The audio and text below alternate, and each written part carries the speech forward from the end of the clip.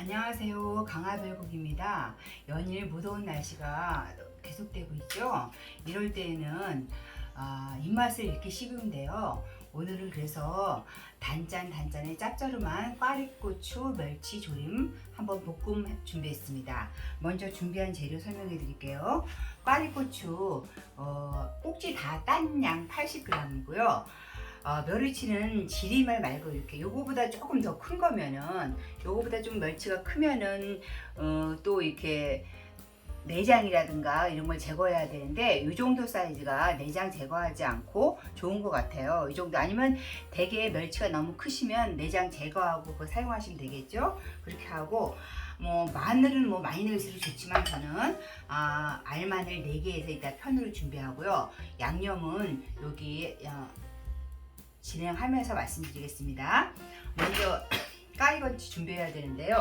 꽈리고추 죄송합니다. 80g 꼭지 딴 양이에요. 지금 이 상태는 이 통째로 해도 괜찮고요. 이 정도 같은 경우에는 좀 반으로 이렇게 자르셔도 될 것 같아요. 반으로 자르셔서, 반으로 자른 거는 이 안으로 간이 들어가서 괜찮으니까 내어 두시고, 이 정도도 이제 간 잘 들어가라고 포크질을 이렇게 하고, 큰 거는 귀찮으시면은 그냥 반으로 잘라 주시면 돼요. 이런 거 같은 경우는 조금 부담스럽다는 거 그냥 반 잘라서 이렇게 해주시고요. 저는 좀 날씬한 걸로 샀는데 좀 통통한 거는 반 잘라서 하시는 더 낫겠죠. 그리고 꽈리고추는 꼭지 사실 때 꼭지 부분이 시커먼 거는 씨앗도 시커멓게 돼요. 자르게 되면은. 그러니까 꼭지 부분이 좀 싱싱한 거, 까맣게 변색되지 않은 걸 사시고요. 알마늘은 마늘을 그냥 이렇게 다진 마늘을 사용하시게 되면은 볶는 과정에 이렇게 좀 잘 타더라고요. 그래서 저는 이것도 마늘도 집어먹고 그러려고 항상 이런 종류는 알마늘을 이용해서 편으로 해가지고 멸치볶음을 많이 사용하고 있습니다. 오늘 이 멸치볶음은 어른용이고요. 지난번 영상에 올린 그 아몬드 같은 건 아이들 주면 좋겠죠. 그래서 오늘 간단해요. 재료가 많다고 맛있는 거 아니고요. 절대로 간단한 재료로 맛있는 황금 비율을 잡아서 맛있게 하는 게 이 요리 포인트입니다. 그럼 멸치 준비했고 다 준비됐으니까 일단 양념장을 섞어 놓고 그대로 진행하겠습니다. 간장 2스푼이에요. 약간 요게 단짠이에요. 그래가지고 약간 짭짤하다 해서 입맛을 돋구는 그런 간이에요. 그래서 간장 2스푼, 큰 스푼으로 2개. 그 다음에 제가 언젠가 말씀드렸듯이 단짠이 되려면 항상 단 정도는 간장의 반이요.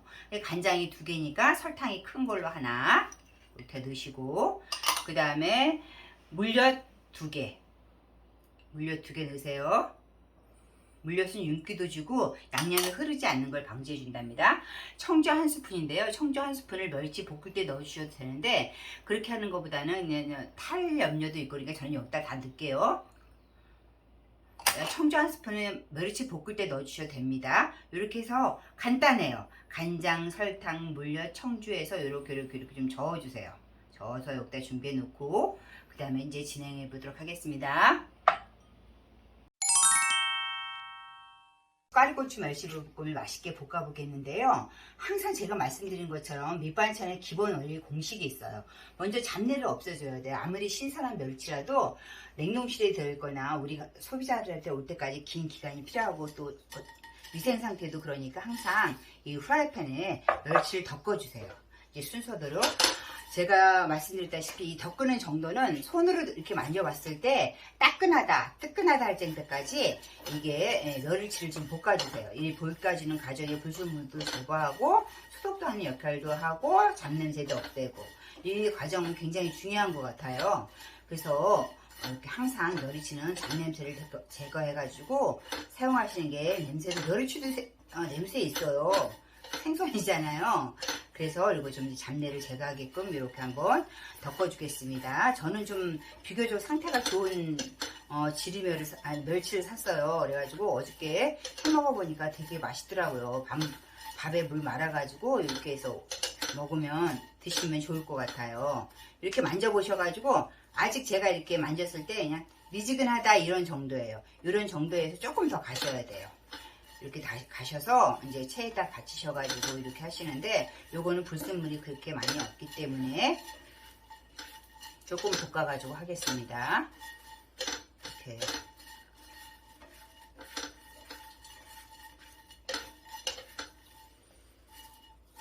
됐어요.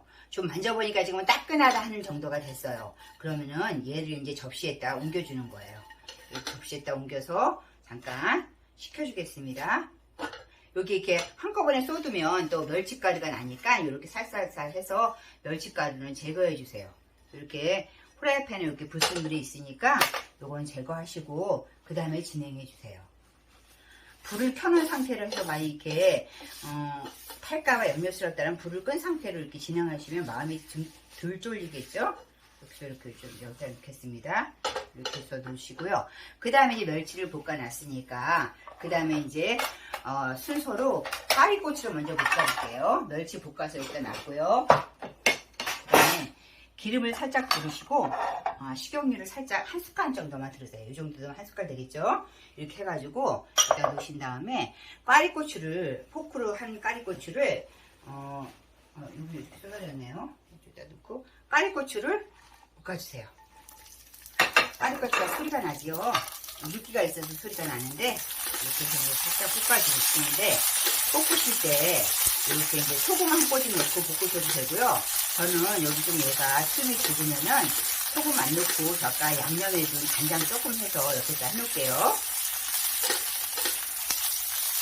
아무리 간단한 반찬이라도 순서를 지키고 원리를 지키면 간단한 반찬이 굉장히 맛있는 품격 있는 반찬으로 바뀌는 것 같아요.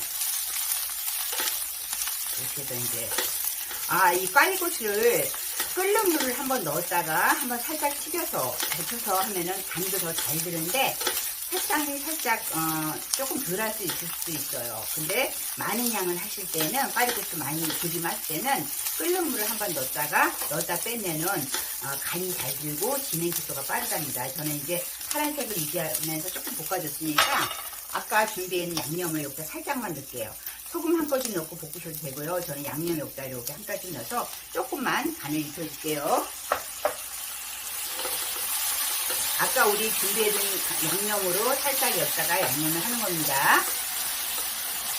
그래서 파리고추는 이렇게 이제 볶아서 완전히 불을 끄시고 볶아서 잽싸게 빨리 식혀주셔야 돼요. 왜냐면 왜 식혀주셔야 되냐면은 파란 색깔을 유지해야 되니까요. 파리고추 볶아서 새파래지도록 냉장고 안에 잠깐 넣었어요. 그러고 나서 이제 거의 다 된 거예요. 제가 늘 말씀하시는 것처럼 말하는 것처럼 이렇게 이제 마늘 기름을 내셔서 얘를 좀 코팅을 시켜주는 거예요. 그 마늘 기름을 뽑아서 이 마늘 기름에다가 저 멸치 아까 손질해서 덮어놓은 멸치를 이 마늘 기름을 입혀주는 거예요. 그러면은 아까 덮가서 비린내가 안 나고 그 다음에 또 한번 마늘 코팅을 해주기 때문에 비린내 1도 안 납니다. 그리고 이거 완성되시면 알겠지만 굉장히 윤기가 반질하고 입맛을 돋구는 진짜 반찬이에요. 약간 짭짤하면서도 짠 거 너무 싫다 하면 살짝 간장 줄이셔도 되는데 저는 이 상태가 좀 입맛에 맞기 때문에 간장 2개로 했는데 너무 짠 거, 약간 짭조름한 거 싫어 싱겁게 드시는 분은 살짝 간장 줄이시는데 너무 줄이시면 맛 없어요. 이게 단짠이기 때문에 꼭 이대로 해보세요. 이거는 김치 종류가 아니기 때문에 이대로 하면 성공합니다. 이렇게 해서 이제 마늘 기름 어느 정도 낸 상태에서 아까 볶아놓은 여기 멸치를 같이 해서 멸치에다가 마늘 기름을 입혀주세요. 뭐 아까 기름은 한 2숟갈 정도 넣으면 될 것 같아요. 큰 숟가락으로 2숟갈 넣고 이렇게 해서 너무 많이 넣으면 또 저기 하니까 이렇게 해서 마늘 기름을 입혀주세요. 첫 번째로 덮고 그다음에 마늘 기름 볶아줬기 때문에 입혀줬기 때문에 냄새도 안 나고 더 바삭바삭 한답니다. 이렇게 해서 이제 다 됐어요. 이렇게 해가지고 얘를 잠깐 여기다 이렇게 이제 쏟아 놓으시고 불을 끄시고 진행하세요. 불을 킨 상태로 진행하면 양념이 짜르륵하면 타는 냄새 같으면 마음이 다급해져서 잘 진행이 안 되니까 이렇게 해서 이제 한번 볶아내고 그 다음에 마늘기름 해서 한 멸치 여기다 넣고요. 그 다음에 이제 냉장고에서 꺼내서 이렇게 볶아서 하면 됩니다. 먼저 이제 그 양념을 여기다 이제 쏟아 놓고요. 약간 여열이 있어서 이렇게 짝하죠. 쏟아 놓고 그 다음에 이제 이 양념이 다 한 번씩 파르르 끓여지도록 그대로 하겠습니다. 냉장고에서 고추 좀 꺼내주세요. 이렇게 아까 고추를 볶아가지고 냉장고에서 식히니까 이렇게 파르르한 색깔이 그대로 유지가 되잖아요. 그러면 양념이 이제 다 한 거랑 한 가지예요. 이 멸치하고 까리고추를 넣고 양념에 휘휘락 한번 뒤적뒤적거리면 끝입니다. 되게 간단한데 진짜 한번 해보세요. 되게 맛있어요. 다 맛있다 그러는데 저는 맛있는 요리만 합니다. 이렇게 해가지고 이제 양념 불 켰어요. 이렇게 한번 물엿하고 청주하고 이렇게 해가지고 청주 그 술맛 한번 날려주시고 다 각각 다 전처리를 했기 때문에 양념이 파르르 끓어오르면 뒤섞이면 뒤적뒤적하고 참기름 깨소금 뿌리면 끝입니다. 그리고 저는 집에 홍고추 있어서 홍고추도 이렇게 넣었어요. 같이 이렇게 넣으면 좋겠죠. 없으시면 안 넣으셔도 됩니다. 홍고추는 항상 이렇게 끓어가고 있기 때문에 이렇게 끓은 상태에서 이제 넣겠습니다. 그리고 여러분들 이거 중요한 팁은요. 이게 반찬을 다 시키면서 그냥 반찬통에 다 담으시면 안 돼요. 반찬통에 다 담으면은 여열로 까리고추 색깔도 안 이뻐지고 잘 쉬고 또 반찬도 덜 하니까 반찬 가게에서 왜 반찬 다 양념 하셔가지고 쟁반에다 쏟아가지고 선풍기로 말리시잖아요. 식히시잖아요. 그런 것처럼 이렇게 반찬을 하셔가지고 큰 통에다 반찬통에다 그냥 타파에다 넣지 마시고 쟁반에다 해가지고 식힌 다음에 반찬통에 이렇게 넣으셔야 됩니다. 자, 한번 봐주세요. 완전히 다 끝났죠. 이제 금방 끝났는데 윤기도 나고 고추 색깔도 살아있잖아요. 그럼 이럴 때 참기름 한 번씩 둘러주시고 그 다음에 통깨 좀 올려주세요. 우리 한국 요리 마지막은 항상 통깨죠. 참기름하고 통깨예요. 이렇게 해가지고 이제 완성됐어요. 그럼 이 상태로 우리 주부님들이 그냥 반찬통으로 이렇게 가걸라요. 그렇게 되면 좀 맛이 떨어져요. 여기다 하시지 마시고 이렇게 접시나 큰 쟁반에다가 이렇게 쏟으세요. 쏟으셔서 얘를 완전히 식히신 다음에 그 다음에 반찬통으로 해서 보관하시는 겁니다. 이 상태로 반찬통으로 하면 수분도 잘 안 날아가고 그 다음에 보존율도 떨어지니까 이렇게 이제 반찬통에 이렇게 식히신 다음에 반찬통으로 옮기시는 겁니다. 일단 한상 차림으로 올려드릴게요. 오늘도 더운 날씨에 저희 강화별고 끝까지 같이 해주셔서 감사합니다. 다음에 뵙겠습니다.